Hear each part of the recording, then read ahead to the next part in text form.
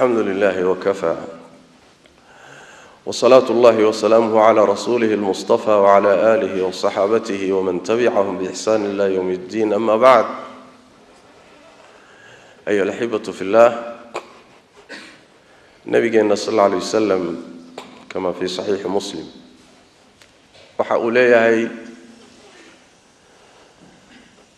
عبادة لعباديسته xilliga ay fitnadu jirto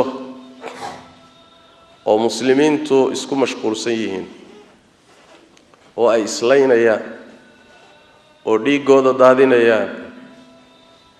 xilliga isaga cibaadada la cibaadaysto waxay la mid tahay sidii hijro aniga la iisoo hijrooday oo kale. sidii hijro aad ilaahay darsi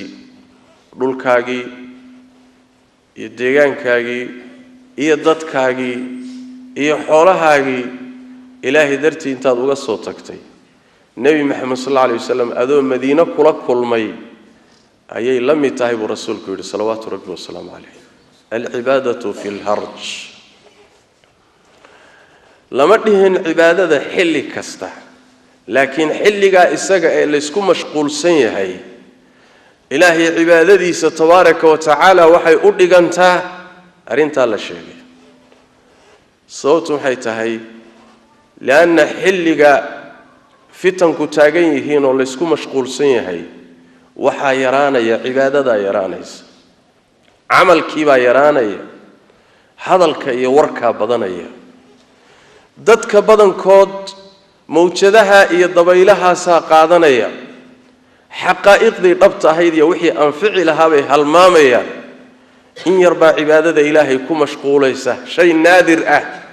oo cidda gaadhay ay yar tahay ayay noqonaysaa. waa macnaha nabigeenu tilmaamayo sallallahu alayhi wasallam xadiidka kale uu leeyahay ummadayda waxa dhexdeeda ahaan doona oo dhici doona iskhilaaf iyo kala tag, qaybsan way qaybsami doontaa. waxaana imaan doona buu nabigu yiri salawaatu rabbi wa salaamu alayhi xilliga isaga ah qawmun dad baa imaan doona yuxsinuuna alqiil, oraahda iyo hadalka way fiicneeyaan, hadalkoodu waa quruxsan yahay, waa macaan yahay, waa aftahano, waa afminshaariin. waxay sheegayaan waa wax shareecada waafaqsan oo la yaabayso suu quruxsan yahay, laakiin yusii'uuna alficla buu nabigu sallallahu alayhi wasallam, laakiin dhaqankii bay halaynayaan. markaad akhlaaqdooda iyo dhaqankooda iyo ficilkooda markaad fiiriso waxaad leedahay kuwani waa majmuuca min al-lusus, waa koox qowlaysato meesha isugu timid. laakiin hadalkooda markaad fiiriso waxaad isleeyahay wallahi waa kuwii keligooda ahaa, waa kii keligii ahaa. ficilkiisa markaad u fiirsatana waxaad leedahay warkani mala kii hadlayay hadalka quruxsan lahaa maba ahaba.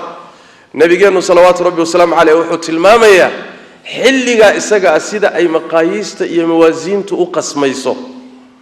xadiid kale nabigu sallallahu alayhi wasallam wuxuu sheegay fitanka uu kaga hadlayay ummadiisa markay dhexdeeda fitanku dhacaan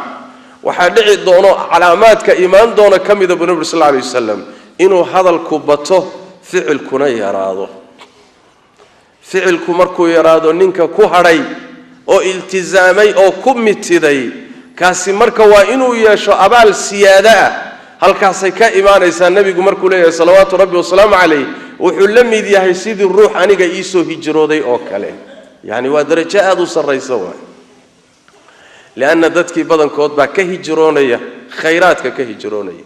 oo taacadii ka hijroonaya oo masaajidii ka hijroonaya oo waajibaadkii ka hijroonaya oo khayrkii baa laga tagaya oo inta ku hadhaysa yaraanaya. intaasa ilaahay nabigeenu sallallahu alayhi wasallam ballanqaad weyn siinaya. halka waxaynu ka qaadanaynaa diinteenu waa amal, sida ahlus sunnaha culimada sunnadu ay quraanka iyo ahadiista nabiga ka qaateen sallallahu alayhi wasallam iskuna raaceen oo isku waafaqsan yihiin. diintani waxay ka kooban tahay i'tiqaad qalbiga ah iyo carabka iyo afkaaga hogaansama iyo xubnahaaga oo ilaahay u hogaansamo oo guta wixii la faray wixii laga reebayna ka fogaada. hada huwa al-iimaan. iimaanka iyo diinta saxdii tahay iyada waa diintu marka amal baa loo soo dejiyo ilaahay wuxuu u soo dejiyay tabaaraka wa tacaala dhaqan yani akhlaaq aad qaadato waajibaad aad gudanayso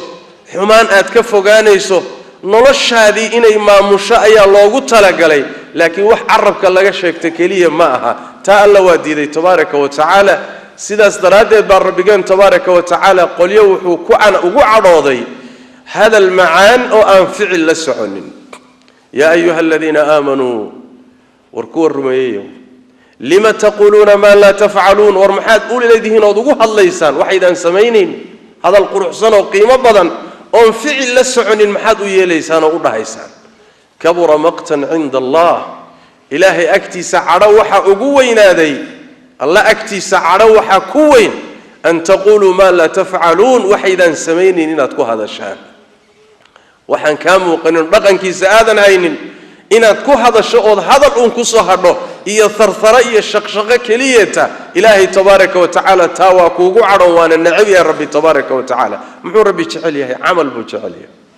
camal iyo dhaqan iyo taaco iyo khayr inaad la timaado taasaa rabbi jecel yahay tabaaraka wa tacaala laakiin sheegashadu agtiisa ilaahay waxba kama aha tabaaraka wa tacaala waxmana ilaahay miisaankiisa waxay ka noqonayso ma ay jirto bal allah tabaaraka wa tacaala wuxuu inoo sheegay qur'aankan wuxuu u soo dejiyey fahan iyo ku dhaqan kitaabun anzalnaahu ilayk maxaa loo soo dejiyey liyadabbaruu aayaatih inay fahmaan aayadihiisa inay aayadihiisa u fiirsadaan oo macnaha ku jira dhuuxaan markay fahmaan kadibna waliyatadakara ulul albaab inay ku dhaqmaan kuwaana qaataan noloshooda inuu saameeyo wax ka bedelo ayaa kitaabkan loo soo dejiyey ee sheegasho looma soo dejinin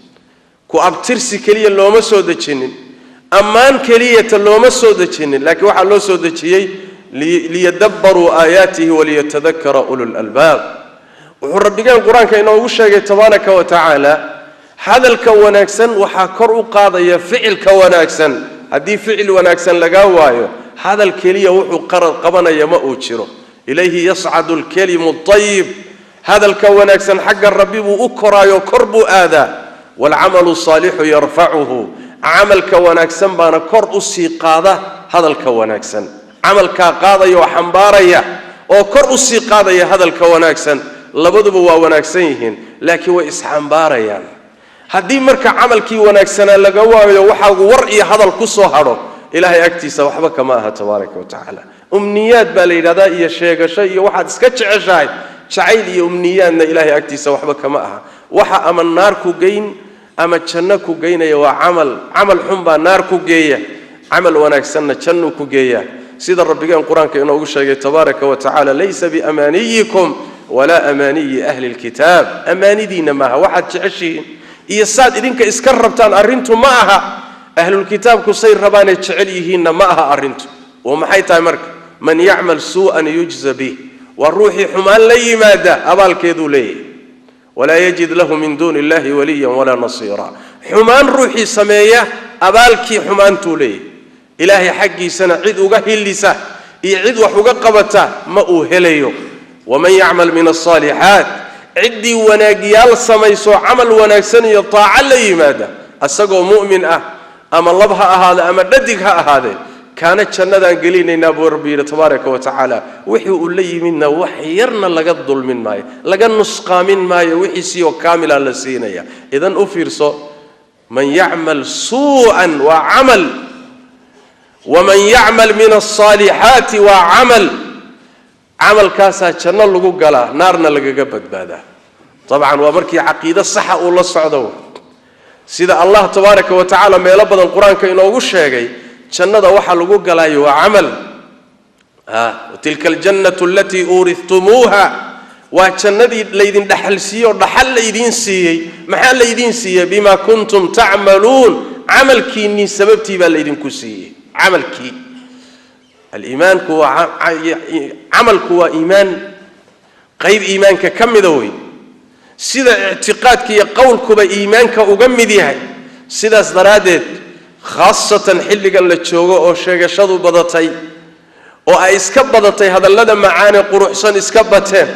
وعملك يطاعدو آد يراضي وحد كدداشا إن آد هشو حديث كان نبينا صلوات ربي وسلامه عليه أبالك اللغو الشيء العبادة في الهرج كهجرة إلي إن الله تبارك وتعالى أوكو قارسيو رجي النبي محمد الله ولا صلوات ربي وسلامه عليه هجرة أديكو أقول تجايو كله